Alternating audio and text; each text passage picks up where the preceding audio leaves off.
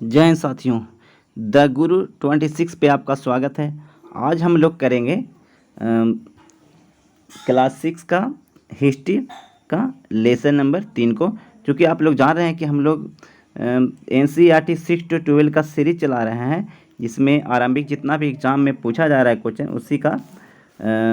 उसी को देखते हुए हम लोगों ने यह तय किया है कि क्लास 6 से 12 तक का NCERT पूरा कर लेंगे, ताकि कोई भी एग्ज़ाम में क्वेश्चन रहे हम लोग बना कर ही आएंगे। तो चलिए दोस्तों, शुरू करते हैं आज का क्लास 6 का हिस्ट्री का लेसन नंबर 3 को। ठीक है, तो चलिए स्टार्ट करते हैं। सबसे पहले हड़प्पा की कहानी के बारे में जानते हैं। तो हड़प्पा की कहानी, तो लगभग देखिए, आरंभिक नगर चैप्टर का नाम है आरंभिक नगर। तो हड़प्पा की कहानी सबसे पहले जानिए। तो लगभग 150 साल पहले जब पंजाब में पहली बार रेलवे लाइन बिछाई जा रही थी, तो इस काम में जुटे इंजीनियरों को अचानक हड़प्पा पूरा स्थल मिल गया, जो आधुनिक पाकिस्तान में है। यह सभ्यता सिंधु नदी के निकट विकसित हुई और 4700 साल पहले माना जाता है कि 4700 साल पहले यह विकसित हुआ था सभ्यता। कौन सा सभ्यता? तो सिंधु घाटी सभ्यता, जो सिंधु नदी के किनारे विकसित हुआ था। ठीक है, यहाँ रेलवे लाइन कहाँ बिछाई जा रही थी? तब पंजाब प्रांत में बिछाई जा रही थी, जिसमें संयुक्त रूप से पाकिस्तान भारत में उस समय था, और वहीं बिछाई जा रही थी। तो हड़प्पा पूरा स्थल मिला था, जो आधुनिक जो जहाँ पे मिला था हड़प्पा पूरा स्थल, वो आधुनिक पाकिस्तान के पंजाब प्रांत में है। आगे देखेंगे हम लोग हड़प्पाई नगरों की विशेषताएं क्या हैं। तो इन नगरों को हम दो या दो से अधिक हिस्सों में बांट सकते हैं। हड़प्पाई नगरों को पहला हिस्से नगर दुर्ग और दूसरा निचला नगर। नगर दुर्ग होता था, यह पश्चिमी भाग था और यह ऊंचाई पर बना था तथा अपेक्षाकृत यह छोटा था। ऊंचाई पर बना था, अपेक्षाकृत छोटा था, नगर दुर्ग होता था जो। लेकिन जो निचला हिस्सा होता था, यह पूर्वी भाग था। यह निचले हिस्से पर बना था और यह बड़ा भाग होता था। दोनों हिस्सों की चारदीवारी पक्की ईंटों से बनाई जाती थी। ठीक है, और निचला हिस्से में सब कर्मचारी लोग रहते थे और छोटे जाति के लोग रहते थे, और जाति नहीं है कहिए वहाँ पे, लेकिन निचले हिस्से में जो सेवक वगैरह थे या सैनिक वगैरह रहते थे, और नगर दुर्ग में सैनिक के साथ साथ राजा महाराजा और बड़े व्यापारी लोग निवास करते थे। आगे मोहनजोदड़ो के बारे में जानिए। इस नगर में विशाल स्नानागार मिला है। यह स्नानागार जो है ईंट एवं प्लास्टर से बनाया गया था। इसमें पानी का रिसाव रोकने के लिए प्लास्टर के ऊपर चौकोल की परत चढ़ाई गई थी। इस सरोवर के दो तरफ से उतरने के लिए सीढ़ियाँ बनाई गई थी और चारों ओर कमरे बनाए गए थे। मतलब जो स्नानागार था उसके चारों ओर कमरे बनाए गए थे और नीचे उतरने के लिए सीढ़ियाँ भी बनाई गई थी। अच्छा, कालीबंगा और लोथा से अग्निकुंड मिले हैं। अग्निकुंड के प्रमाण मिले हैं कालीबंगा और लोथा से। हड़प्पा और मोहनजोदड़ो से भंडार गृह मिले हैं। गृह नहीं, यहाँ पे गृह है। भंडार गृह मिले कहाँ से? हड़प्पा और मोहनजोदड़ो से। आगे देखिए भवन, नाले और सड़कों के बारे में जानते हैं।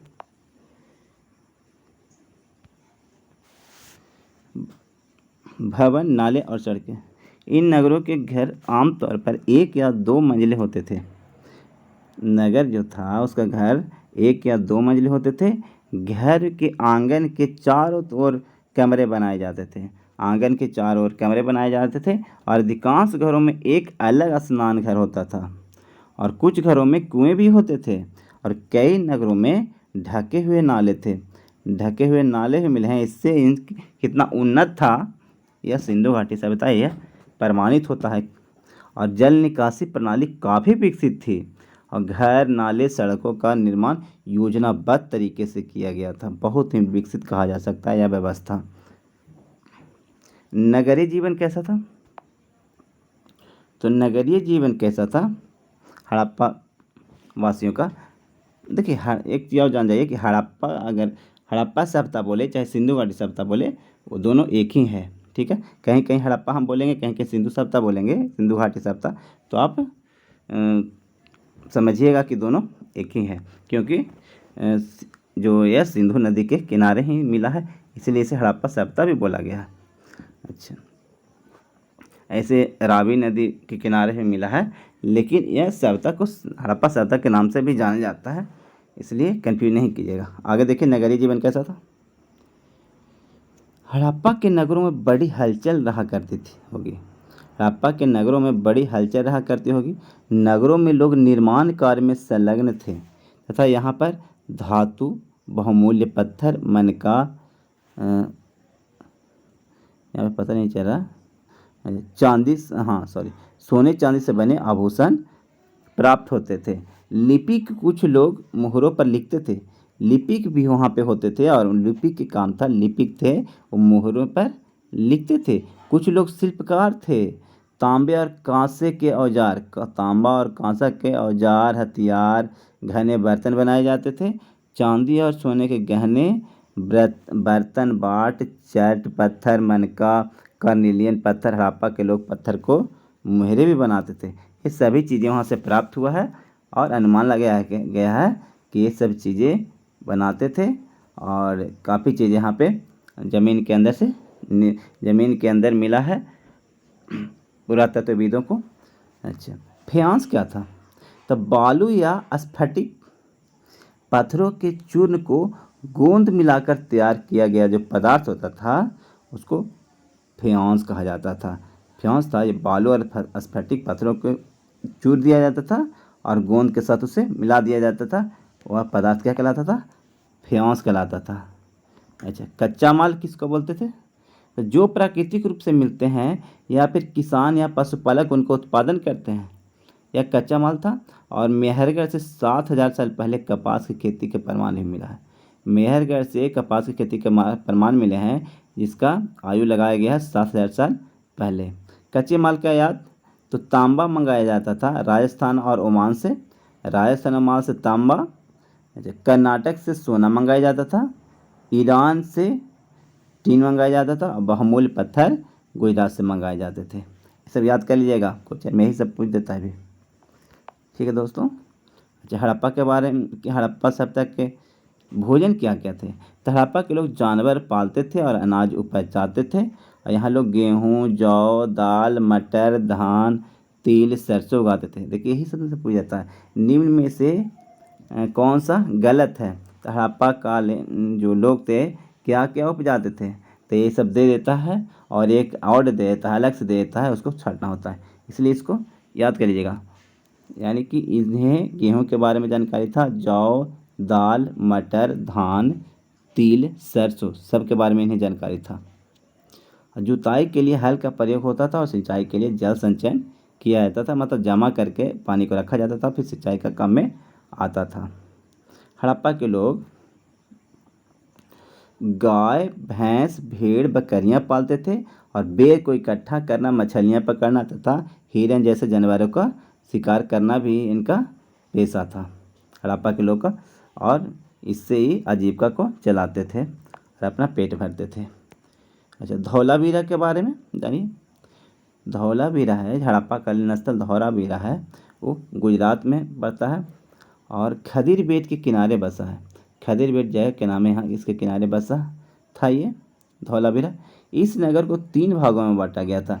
हर हिस्से के चारों ओर पत्थर की ऊंची दीवारें बनाई गई थी। इसमें बड़े बड़े प्रवेश द्वार भी थे। धौलावीरा में बड़े बड़े प्रवेश द्वार थे और एक खुला मैदान था जिसमें सार्वजनिक कार्यक्रम आयोजित किए जाते होंगे, यह अनुमान लगाया गया है। इस स्थान पर हड़प्पा लिपि के बड़े बड़े अक्षर को पत्थर में खुदा पाया गया है। अच्छा, लोथल था एक खंबात की खाड़ी में मिलने वाली साबरमती उपनदी के किनारे बसा था। यहाँ शंख, मुहरे, मुद्रांकन या मुहरे भंडारगृह मिले हैं और ये हड़प्पा कालीन स्थल का ही बंदरगाह था लोथल, जो गुजरात में पड़ता है। ये क्या था? बंदरगाह था। अच्छा, आगे देखिए।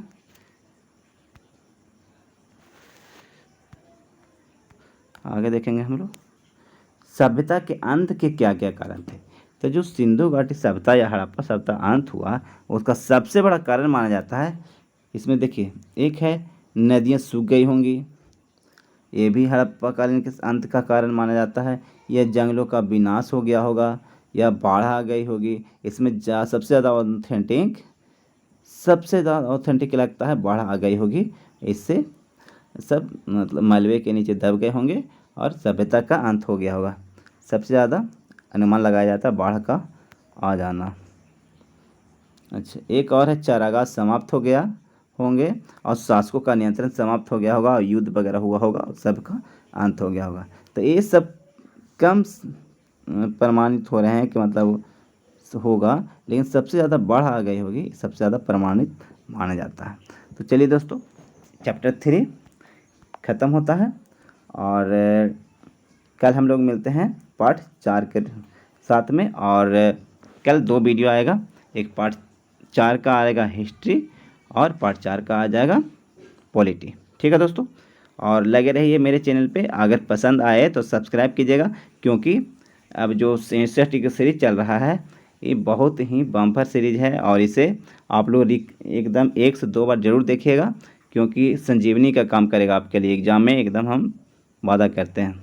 तो चलिए दोस्तों, अगर पसंद आए तो सब्सक्राइब जरूर कीजिएगा और लाइक भी कर दीजिएगा। बेल आइकन को दबाना ना भूलिएगा, ताकि आपको नोटिफिकेशन वगैरह जो भी हम डालते हैं वो भी आए और वीडियो भी आपके पास पहुँचे। ठीक है दोस्तों, जब तक के लिए बाय बाय।